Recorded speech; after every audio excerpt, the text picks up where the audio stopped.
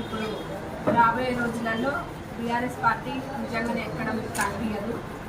ఇంకా బీజేపీ వాళ్ళందరూ వాళ్ళతోటే ఇప్పుడు పొత్తు. మరి బీజేపీ వాళ్ళతోటి మరి పొత్తుంది. ఇప్పుడు ఎంపీ ఎలక్షన్స్లో కూడా మన ఎంతో మంచిగా పనిచేసుకొని గతంలో ఎట్లయితే ఈ పార్టీ కోసం పనిచేసిందో ఇప్పుడు కూడా ఎంపీ ఎలక్షన్స్లో కూడా కాంగ్రెస్ కంటే తీసుకొచ్చే విధంగా రాజు ఒక సైనికులాగా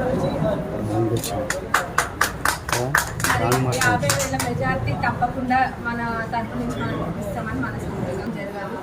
ఇప్పుడు రాబోయే రోజులలో టీఆర్ఎస్ పార్టీ నిజంగానే ఎక్కడ మీకు కనిపించదు.